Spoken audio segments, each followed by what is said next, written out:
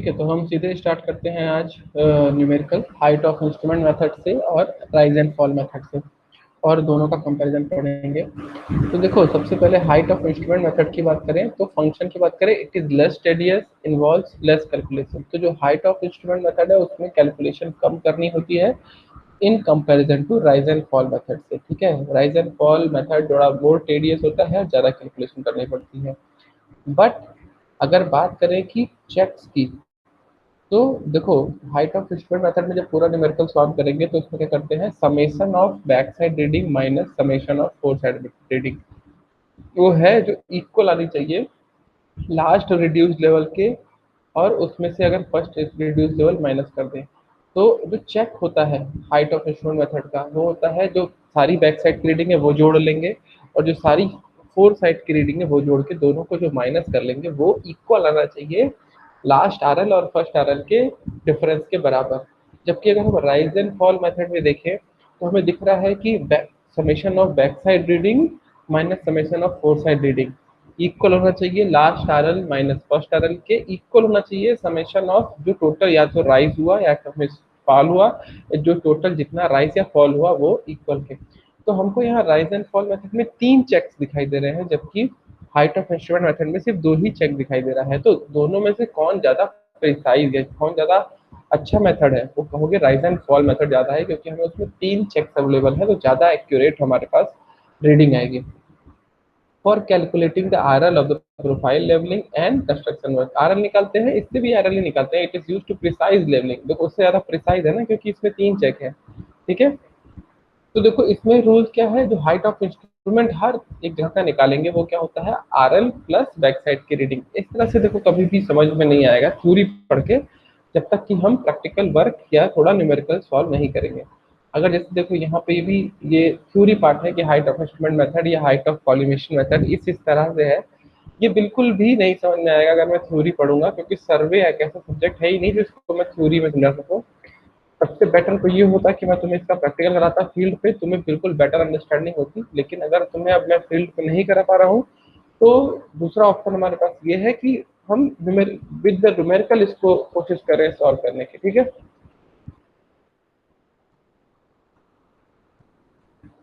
तो ये जो नोट्स या जो ये बुक है ये मैं तुम्हारे साथ उस ग्रुप में जो गूगल क्लासरूम है उसमें शेयर कर दूंगा। देखो, इस जो बुक में 6 क्वेश्चन स्टार्टिंग में जो दिए हुए हैं वो कम कॉलिमेशन एरर के दिए हुए हैं, वो भी सॉल्व करेंगे। लेकिन अभी सबसे पहले हम जो ज़्यादा इंपॉर्टेंट है, जो ज़्यादा एग्जाम पॉइंट ऑफ व्यू से इंपॉर्टेंट है, वो है height of instrument method and rise and fall method के न्यूमेरिकल सॉल्व करना। ठीक है, देखो ये है क्वेश्चन एग्जाम्पल 2.7, एग्जाम्पल को पढ़ते हैं। द फॉलोइंग, देखो एक न्यूमेरिकल बस तुम अच्छे से समझ लो, तुम्हें सारे न्यूमेरिकल समझ में आ जाएंगे, चाहे वो राइज एंड फॉल मेथड का हो, चाहे वो हाइट ऑफ इंस्ट्रूमेंट मेथड का हो, चाहे उसमें मिसिंग डाटा हो, तुम्हें सब कुछ आ जाएगा बिल्कुल। लेकिन किसी एक में न्यूमेरिकल में तुम्हारा कॉन्सेप्ट बिल्कुल क्लियर हो जाना चाहिए। तो बोल रहा है कि the following consecutive readings were taken with A dumpy level. ठीक है, हमने इंस्ट्रूमेंट जो यूज किया है, हमने डम्पी लेवल यूज किया है along a chain line at a common interval of 15 metre. जैसे मान लो कि मान लो एक बहुत बड़ा ग्राउंड है, जैसे मान लो तुम्हारा डीईआई का सेंट्रल ग्राउंड है, तो तुमने कोई उसमें एक लाइन डिसाइड कर ली, भले ही सपोज करो वो एक डायगोनल सीधी लाइन थी, तुमने एक लाइन डिसाइड कर ली, और वो लाइन में तुमने हर 15-15 मीटर के इंटरवल पे स्टाफ रख रख करके रीडिंग ली है। ठीक है, और इंस्ट्रूमेंट तुमने कौन सा लिया है, वो लिया है डम्पी लेवल का। ठीक, यहाँ तक इमेजिन कर पा रहे हो। बोल रहा है आर एल यानी reduce level of the first point was 98.085 metre. तो जैसे सपोज करो वही डी आई का सेंट्रल ग्राउंड है, उसमें तुम्हें कहीं कोने पर एक सीवर लाइन का ढक्कन या कोई ईंट या कोई भी एक ऐसा बेंचमार्क टाइप का पॉइंट दिख गया जिसका तुमको रिड्यूस लेवल पता था। यहाँ इमेजिन करने की कोई जरूरत नहीं है, उस पर मान लो वो लिखा हुआ था या तुमने पहले कभी रीडिंग ली हुई थी, तो तुमको उसका रिड्यूस लेवल पता था 98.085। ठीक, अब देखो इसको, सिर्फ इसी क्वेश्चन को मैं काफी अच्छे से समझाने की कोशिश करूंगा।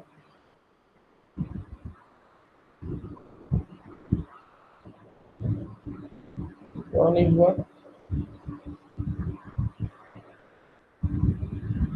सपोज करो ये एक तुम्हारा डीआई का सेंट्रल ग्राउंड है, ठीक है, और यहाँ पे कोई एक चेन लाइन है, ये तुम्हारी मान लो तुमने चेन लाइन ली और इस पे तुमने हर 15-15 मीटर पे स्टाफ रख के रीडिंग लेनी है। और जितनी भी तुमने रीडिंग ली, जैसे मान लो 1 2 3 4 5 6 7 8 9 10 11 12, टोटल तुमने 12 रीडिंग ली सपोज करो, ठीक है। अभी आगे क्वेश्चन पढ़ेंगे तो सबसे पहले ये बोल रहा है कि R L of the first point, या फिर तुम इसको बेंचमार्क समझ लो कि R L of the first point 98.085 कह रहा है। अब जो मैं तुम्हें लेवलिंग का मेन कॉन्सेप्ट या आरएल का मेन कॉन्सेप्ट समझाने की कोशिश कर रहा हूँ, यहाँ थोड़ा सा समझने की कोशिश करेंगे। ये मैंने हाफ पार्ट इसलिए इमेजिन करवाने के लिए डिलीट कर रहा हूँ ताकि मैं आरएल से तुम्हें समझा पाऊँ कि आरएल का क्या कॉन्सेप्ट है। ठीक है, इसको भी डिलीट कर दो।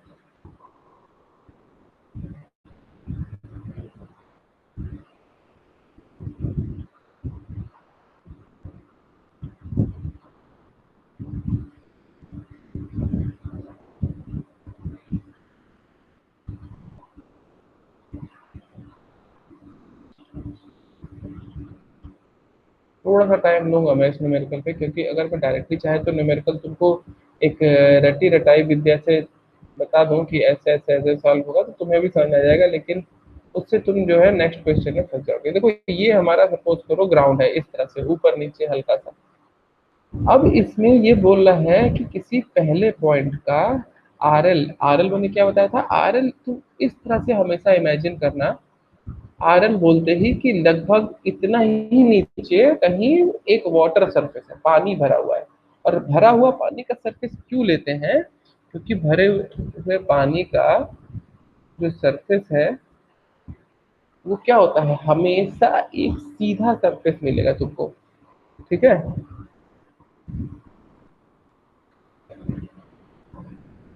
चलो कुछ हद तक सीधी लाइन बनी। पीपीटी में देखो लाइन बनाना काफी मुश्किल होता है, ये ड्रॉ करना।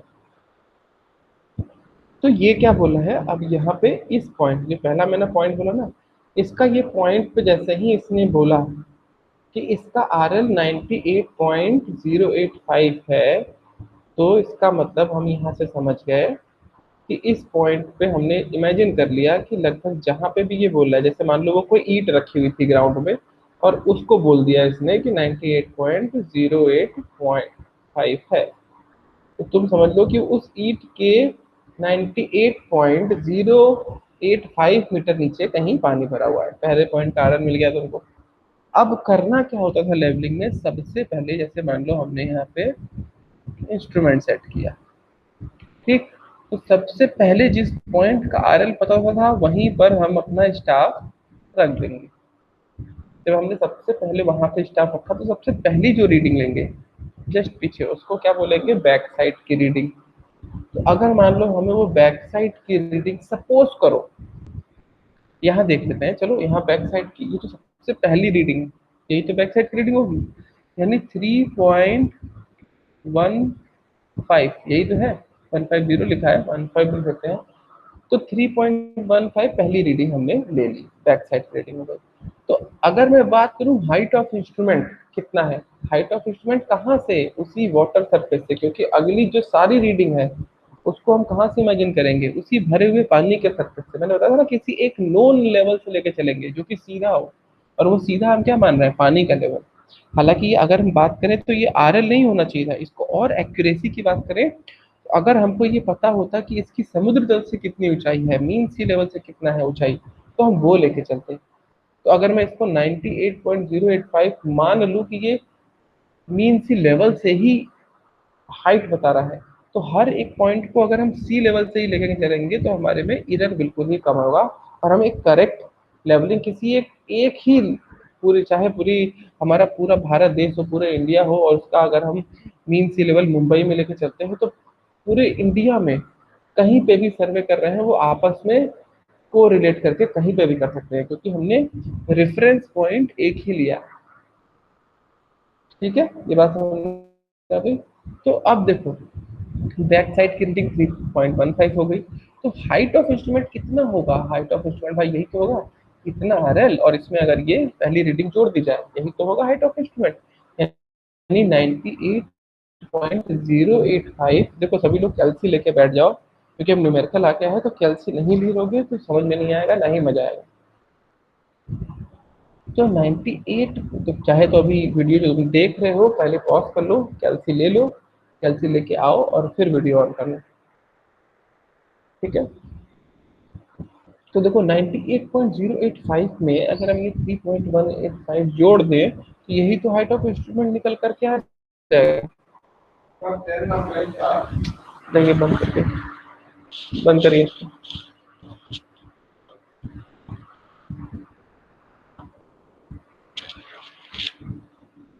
तो देखो हाइट ऑफ इंस्ट्रूमेंट क्या है, हाइट ऑफ इंस्ट्रूमेंट तुम्हारा आ जाएगा।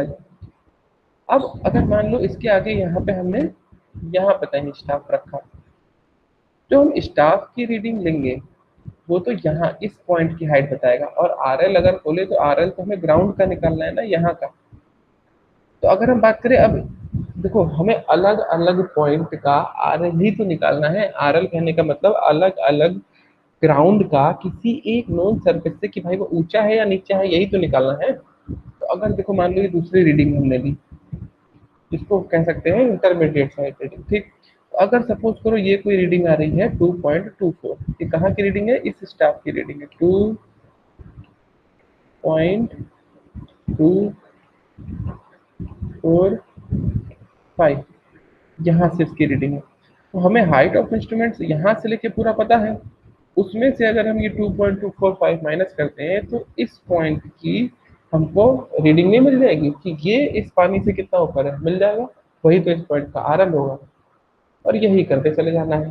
तो सीधे अब देखो, हम सबसे पहले जब भी हमें न्यूमेरिकल आएगा तो हमें इस तरह का एक कॉलम और रो का चार्ट बना देना है। सबसे पहले लिख देंगे station, back side, intermediate side, four side, height of instrument, RL, जो कि हमारा मेन आंसर है, यही निकालना है, RL और रिमार्क्स, ठीक है। यानी 1 2 3 4 5 6 7 कॉलम का हम एक चार्ट बना देंगे तुरंत ही, ठीक।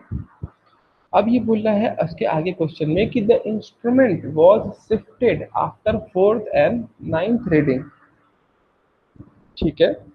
मतलब ये बोल रहा है कि ये पहली रीडिंग ली 3.15, रीडिंग दूसरी ली 2.245, तीसरी ली 1.125, फोर्थ रीडिंग ली 0.860। उसके बाद हमने इंस्ट्रूमेंट अपना चेंज कर दिया, यानी कि जो पहली बार कहीं पे ये जो स्टेशन मान लो लगाए थे, इससे एक रीडिंग ली, यहाँ पे कहीं दो रीडिंग ली, और तीसरी रीडिंग के बाद हम आगे रीडिंग नहीं ले पा रहे थे, चाहे तो उसका रेंज खत्म हो गई हो या कोई भी प्रॉब्लम हो, मतलब उसके आगे हम नहीं देख पा रहे थे, तो हमने अपना इंस्ट्रूमेंट हमको चेंज करना पड़ा।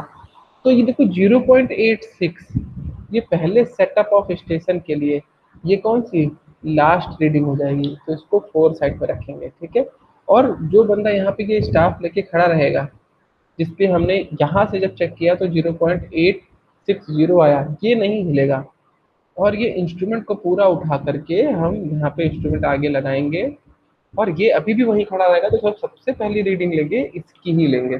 तो इस नए स्टेशन के लिए ये वाली रीडिंग क्या हो जाएगी? बैक साइड की रीडिंग हो जाएगी, और फिर उसकी मदद से हम हाइट ऑफ इंस्ट्रूमेंट फिर से निकाल लेंगे।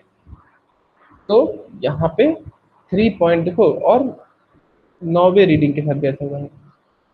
जब आगे और भी क्वेश्चन सॉल्व करोगे तो तुमको पता लगेगा कि ये जो लाइन इसमें दे दी है कि चौथा और पांचवी रीडिंग के बाद इंस्ट्रूमेंट शिफ्ट किया गया है, ये भी नहीं देगा।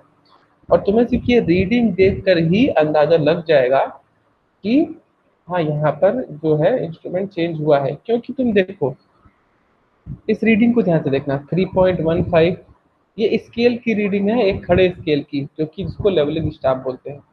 देखो 3.15, 2.245, 1.125, 0.806, इन चारों रीडिंग को अगर तुम ध्यान से देखो तो तुम्हें दिख रहा है कि ये ग्रेजुअली रीडिंग घट रही है ना। अच्छा, ये रीडिंग घट रही है, जैसे मान लो ये 3.15 पहली रीडिंग थी, स्टाफ की दूसरी रीडिंग अगर ये घट रही है तो इसका मतलब कि वहां पे मिट्टी ऊपर है, ऊंची होती जा रही है। भाई मिट्टी ऊंची होगी तभी तो स्केल पूरा खुलेगा ही नहीं, उतने में ही देख लेंगे हम। अगर हम बात करें यहीं से इंस्ट्रूमेंट में 0.860 ही है, तो इसका मतलब ये मिट्टी यहाँ से आगे की ओर ऊपर उठ रही है, पहाड़ जैसा स्ट्रक्चर है। फिर तुम देखो एकदम से 3.125 एकदम से रीडिंग में काफी वेरिएशन चेंज देखने को मिल रहा है। तो हमें अपने आप ही अंदाजा लगा कि ऑब्वियसली यहाँ पे स्टेशन चेंज हुआ होगा।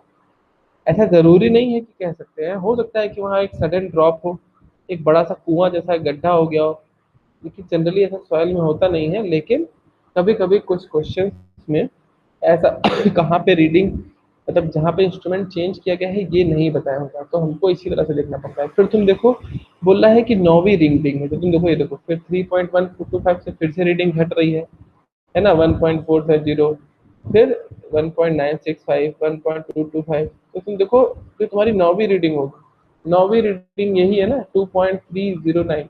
नहीं देखो, 1 2 3 4 5 6 7 8 9, ये नौवीं रीडिंग है। तो तुम देखो नौवीं रीडिंग में तुम देखो कि फिर से यहाँ पर जो रीडिंग यहाँ पे घट रही थी एकदम से 1.40470 से 0.965 हो गई, 1.965 फिर से घटना चालू हुई। तो यहाँ पे तुम्हें दिख रहा है कि यहाँ पे भी स्टेशन चेंज होगा। तो अब सिर्फ हमें एक चार्ट बनाना है और उस चार्ट से ही पूरा क्वेश्चन ये सॉल्व हो जाएगा।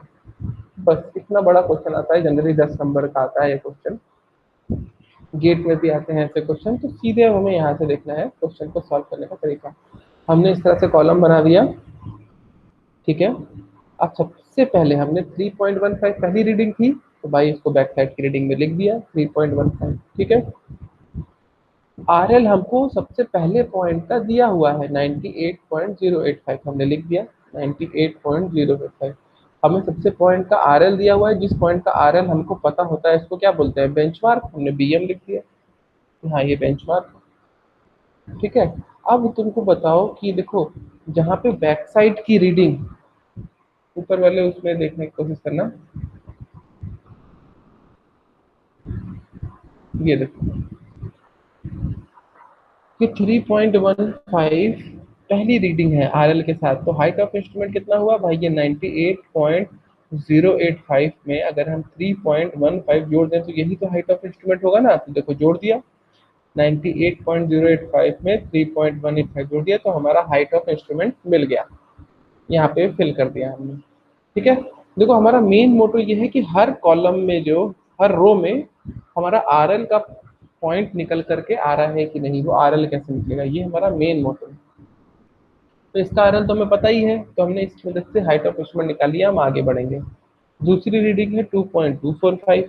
तो अब देखो ये तो इसकी लास्ट रीडिंग नहीं है, तो किसमें आएगा, इंटरमीडिएट साइड में, ठीक है। तो हमने 2.245 दे दिया, ये यहाँ वाली राइटिंग है 2 तो अब इस सेकंड पॉइंट जहाँ हमने अपना स्टाफ रखा है, उस सेकंड स्टाफ की अगर हम बात करें कि वहाँ का आरएल कितना होगा, ये सेकंड पॉइंट कहाँ है, 15 मीटर, हर 15-15 मीटर पे ले रहे हैं ना, तो हर ये 15 मीटर के बाद, तो 15 मीटर के बाद अगर हम पूछें कि कितना आरएल है, तो 2.245, ये जो हाइट ऑफ इंस्ट्रूमेंट टोटल आया था इसमें से 2.245 माइनस कर दें, आरएल निकल के आ जाएगा सेकंड वाले जहाँ स्टाफ रखा है वहाँ का।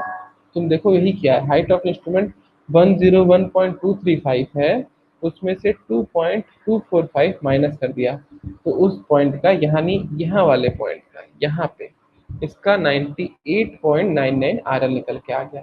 हमको हर एक पॉइंट का आरएल ही तो निकालना है, हमारा काम हो गया, हम आगे बढ़ेंगे, ठीक है। फिर हमारी रीडिंग आई है 1.125, ठीक है, इंटरमीडिएट पॉइंट। और ये भी आखिरी रीडिंग तो है नहीं उस स्टेशन की, तो हम इसको भी उसी जगह पे इंटरमीडिएट साइड वाले रो में तीसरे स्टेशन पे रख दिया हमने, तो 1.125।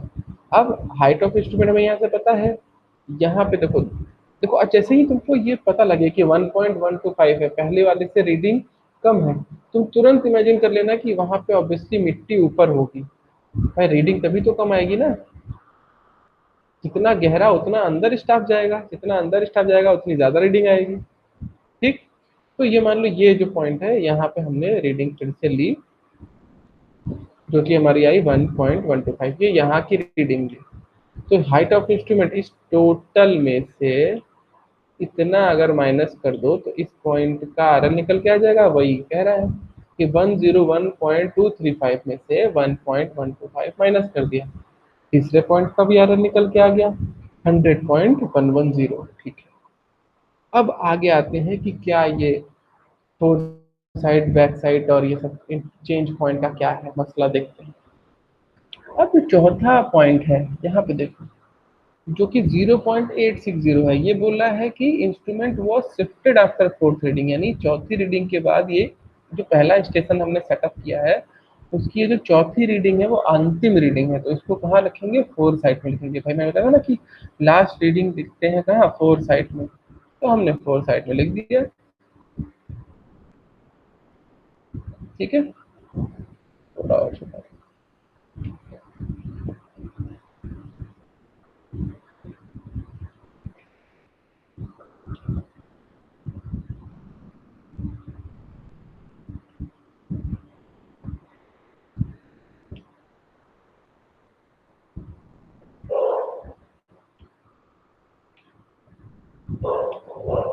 ठीक है, तो देखो 0.860, तो अब ये 0.860 की मदद से सबसे पहले हम क्या निकालेंगे, आर एल निकालेंगे। तो ये देखो हाइट ऑफ इंस्ट्रूमेंट 101.235 में से 0.860 माइनस कर दोगे तो इस पॉइंट का आर एल निकल के आ जाएगा, जैसा कि अब तक करते चले आ रहे थे। तो यहाँ तो आर एल निकल करके आ गया, लेकिन अब जो पूरा स्टेशन का जो हमारा डंपी लेवल वाला और ट्राइपॉड वाला पूरा सेटअप है वो उठा करके हम कहीं और जाएंगे, और जो ये लास्ट रीडिंग है इसकी, है ना, जैसे मान लो यहाँ पे स्टाफ लेके कोई लड़का खड़ा था, वो नहीं हिलेगा, वो वहीं रहेगा, और हम अपना इंस्ट्रूमेंट पूरा सेट करेंगे और वापस से इसको देखेंगे। तो देखो यहाँ का आर एल तो हम निकाल ही चुके हैं ना, कि 100.375 इसका आर एल तो निकल गया है। और जब हम वापस से इसकी रीडिंग देख रहे हैं जो कि हमको क्या दिख रही है 3.125, हमने जब वापस इसकी रीडिंग देखी बैक साइड की रीडिंग, देखो अब जो हम वापस से रीडिंग देखेंगे, पहली रीडिंग हो गई नए स्टेशन के लिए, पहली रीडिंग हो गई तो बैक साइड में लिख दिया। तो यहाँ तक इसका आर एल हमको पता है कितना है 100.375, और इसके ऊपर हमने इंस्ट्रूमेंट की जो हाइट है वो हमने मतलब पहली रीडिंग जो है हमारी 3.125 में निकाल दी।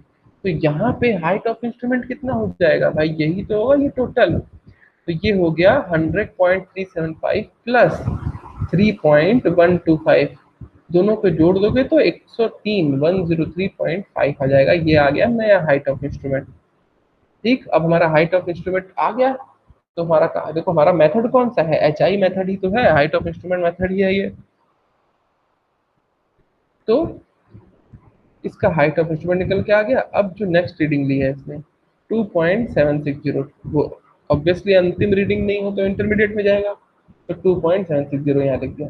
अब यहाँ की हमको ये हाइट पता है, जैसे मान लो इसकी रीडिंग आगे 2.70 यहाँ पे कहीं है इसकी रीडिंग, तो ये हो गया 2.70 इतनी, और यहाँ पर इस पॉइंट का अगर हमको आर एल निकालना है तो इतने 2.760 को इसके हाइट ऑफ इंस्ट्रूमेंट में से माइनस कर दो, यानी 103.5 103.5 में से 2.760 माइनस कर दो, इस नए पॉइंट का निकल के आ जाएगा आर एल यहाँ का।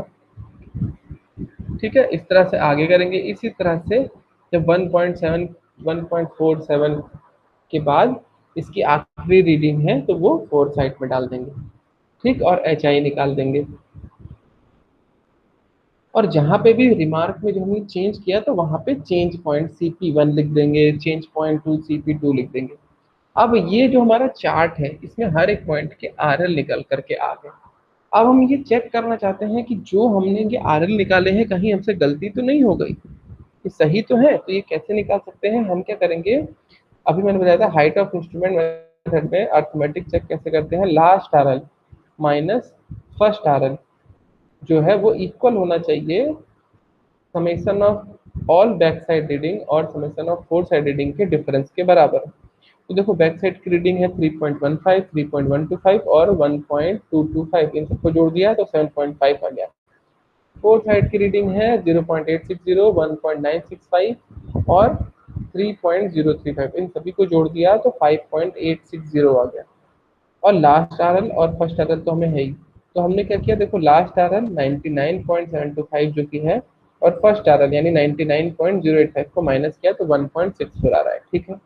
और ये समेशन ऑफ बैक साइड और समेशन ऑफ फोर साइड को भी माइनस किया तो 1.64 आ रहा है। इसका मतलब हमने जो भी आरएल हमारा निकाले हैं वो सही निकाले हैं, बिल्कुल ठीक है वो। तो ये हमने हाइट ऑफ इंस्ट्रूमेंट मेथड से पहला ये न्यूमेरिकल इस तरह से सॉल्व करना है, कर लिया। और इस चीज को इमेजिन करते हुए चलोगे, जो ये रीडिंग लिखी हुई है, ये रीडिंग इस तरह से क्यों लिखी हुई है, जैसे ही रीडिंग तुमको ज्यादा दिखे, जैसे 3.25 रीडिंग ज्यादा दिख रही है, इसका मतलब कि वहां पे गड्ढा है, मिट्टी अंदर धंसी हुई, तभी तो रीडिंग स्टाफ की ज्यादा आ रही है। जहां पे भी रीडिंग तुमको कम दिखे, जैसे कि ये 1.225, तो मतलब समझ लो मिट्टी ऊपर है, उठी हुई है इन कंपैरिजन टू अपने आसपास की मिट्टी से। अच्छा, अगर मैं बोलूँ कि हमने टोटल हमारी लेंथ कितनी थी, ये भी तो पूछ सकते हैं ना कि टोटल लेंथ कितनी थी, कि जब 15, हम तो देखो 15-15 मीटर का इंटरवल ले रहे हैं, तो ये इससे 15 मीटर दूर हो गया, 15 मीटर दूर हो गया, 15 मीटर दूर हो गया, तो लेकिन लेकिन हमारे स्टेशन टोटल कितने। तो यहाँ पे ये ध्यान देना कि जहाँ पे हमने अपना चेंज पॉइंट किया था वहां पे 2 रीडिंग ली थी, आगे नहीं बढ़े थे। तो इस तरह से देखोगे कि हमारे अगर यहाँ पे 12 रीडिंग है और हमने 2 जगह स्टेशन चेंज किए हैं, है ना, तो हमारे टोटल स्टेशन कितने हो गए, सिर्फ 10। यानी हमने टोटल जो लंबाई में बात करें तो एक 50 मीटर की लंबाई में हमने ये जो है 50 मीटर की लंबाई को 5-5 मीटर के स्लॉट में बांट दिया, सॉरी 150 मीटर, क्योंकि 10 स्टेशन है और एक एक स्टेशन के बीच की दूरी 15 मीटर है, तो हमने 150 मीटर का डिस्टेंस कवर किया है। 150 मीटर के डिस्टेंस को हमने 15-15 मीटर के इंटरवल में बांट दिया है, और हम उसके बाद 15-15 इंटरवल में बांटते हुए हमने उसकी स्टाफ से रख रख के रीडिंग ली है, और 2 जगह पे हमने स्टेशन चेंज किए हैं। ये होता है तुम्हारा हाइट ऑफ इंस्ट्रूमेंट मेथड। इसके बाद हम नेक्स्ट पढ़ेंगे राइज एंड फॉल मेथड। फिर दोनों का एक ही कोई न्यूमेरिकल लेके दोनों का कंपैरिजन करेंगे, तो ये राइज एंड फॉल और हाइट ऑफ इंस्ट्रूमेंट मेथड का न्यूमेरिकल आ जाएगा तुमको, लेकिन इसकी प्रैक्टिस करना बहुत जरूरी है, नहीं समझ में आएगा तो वापस से पूछना।